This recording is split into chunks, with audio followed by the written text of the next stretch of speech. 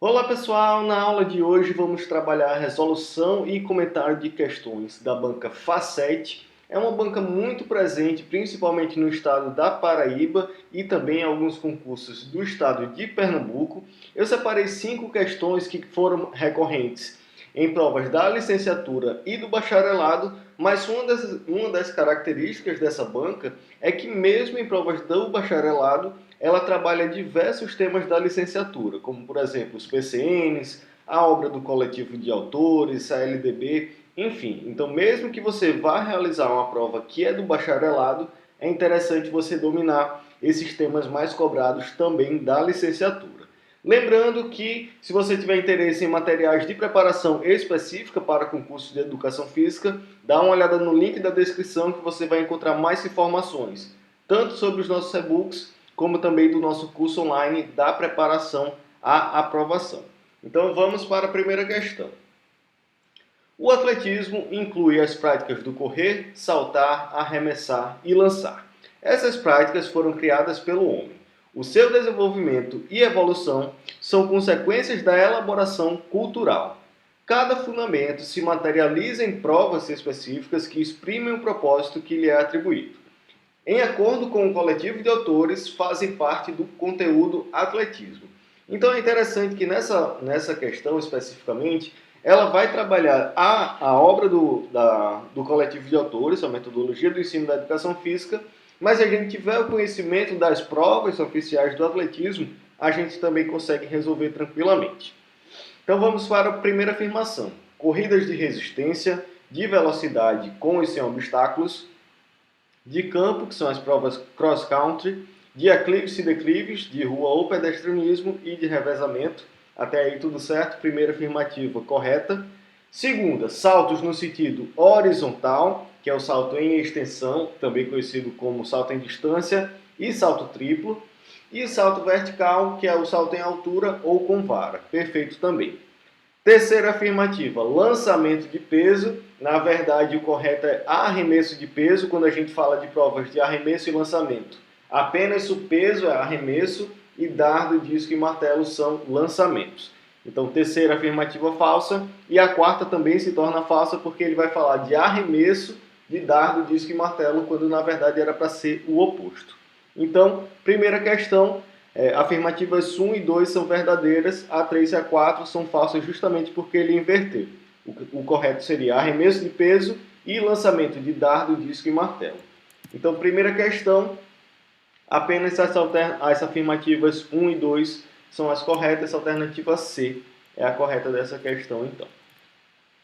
Segunda questão. Ao passar da história, a educação física escolar foi influenciada por diversos movimentos ou tendências que sempre estiveram entrelaçados na conjuntura vivida pelo país.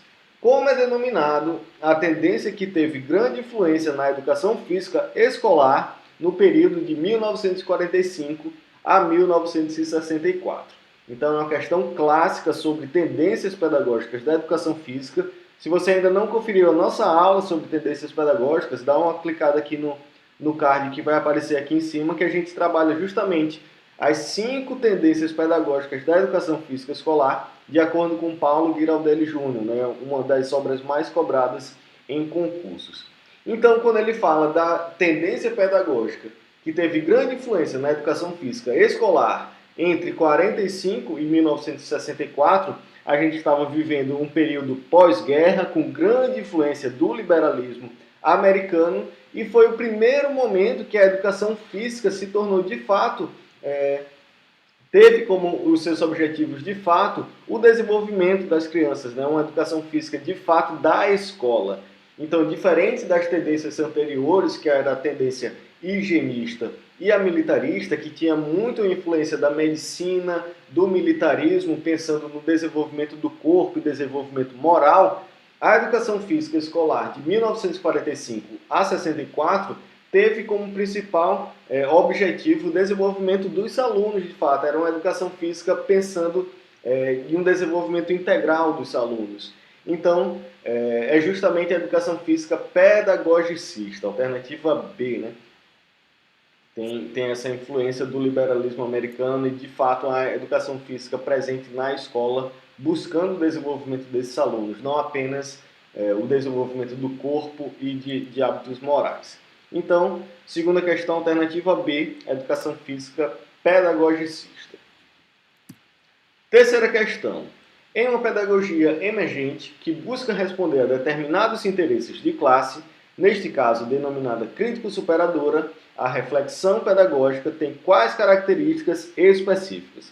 Também é uma questão bastante cobrada sobre a obra do coletivo de autores, né, a metodologia do ensino da educação física, que são as suas características de reflexão pedagógica. Nós temos três características. A primeira é que ela é diagnóstica, já que ela tem o intuito de ler os dados da realidade e emitir um juízo de valor. Ela também é judicativa, já que ela vai julgar a partir da ética e dos interesses da classe, né, da classe que a reflete. E também é teleológica, porque ela vai direcionar, ela vai ter um norte a partir também da ética da classe social que a reflete. Então, a abordagem crítico-superadora, ela de fato está muito relacionada com as classes sociais, né, com interesses de classe. Tem muita base no marxismo também. Então, quando a gente fala das características específicas da reflexão pedagógica, são justamente essas três. Diagnóstica, já que ela pretende ler os dados e emitir um juízo de valor. Judicativa, já que ela vai julgar a partir do interesse e da ética da classe social. E teleológica, já que ela vai direcionar, vai ter um norte a partir também da ética e dos interesses da classe social que a reflete. Então, terceira questão, alternativa A é a correta. Diagnóstica, judicativa e teleológica. Quarta questão, sobre a história da ginástica, analisa as afirmativas a seguir. Afirmativa 1. Na Roma Antiga, os exercícios físicos apresentavam três distintas características no tempo. Primeiro, militar, depois guerra e, por último, espetacular. Perfeito, de fato, houve esse avanço da ginástica na Roma Antiga, né? Ela primeiro tinha esse característico mais militar de preparar militarmente os soldados, depois como uma ginástica mais guerreira e por último espetacular como o clássico pão e circo, né? A utilização da ginástica de modo espetacular. Por isso, por exemplo, o Coliseu e grandes monumentos que traziam a ginástica e as práticas de atividade física como uma forma de espetáculo, né? Então, afirmativa 1, verdadeira. Afirmativa 2. Na Idade Moderna, com o Renascimento, inicia-se a preocupação com a educação.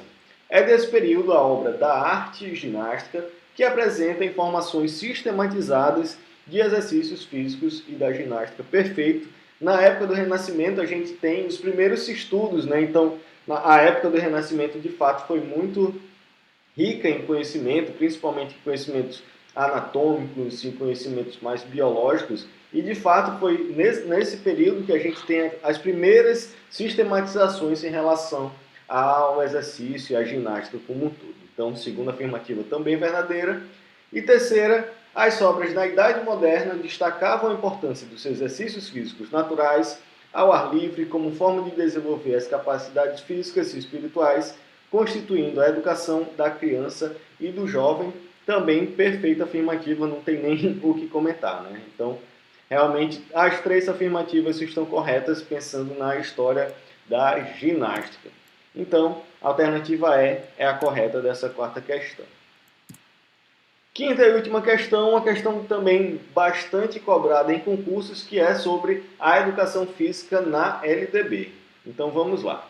Em acordo com a Lei de Diretrizes e Bases promulgada em 96, a educação física integrada à proposta pedagógica da escola é componente curricular obrigatório da educação básica, sendo sua prática facultativa ao aluno. Então, vamos para as afirmativas. Primeira, que estiver prestando serviço militar inicial ou que em situação similar estiver obrigado à prática da educação física. Perfeito, é um dos casos em que a prática é facultativa ao aluno. A gente já comentou diversas vezes aqui no nosso canal e também no nosso curso online a gente tem uma aula específica sobre a educação física na LDB. Segundo, que cumpra jornada de trabalho igual ou superior a 6 horas, também perfeito. Afirmativa 3, maior de 20 anos de idade, na verdade seria maior do que 30 anos de idade, então terceira afirmativa falsa. E quarta, que apresente atestado médico. Na verdade, o atestado médico não é o suficiente para tornar a prática facultativa, né? Ela está, no caso, a gente tem um decreto que vai trazer algumas comorbidades, algumas situações que o aluno de fato pode ser a prática pode ser facultativa, mas apenas apresentar atestado médico não torna a prática da educação física facultativa ao aluno. Então, o correto, alternativa C, apenas 1 e 2. Né? Que estiver prestando serviço militar ou que em situação similar estiver obrigado à prática da educação física.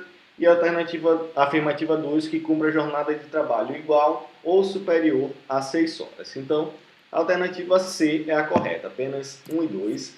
E com isso finalizamos a nossa breve aula de resolução e comentários de questões da banca FACET.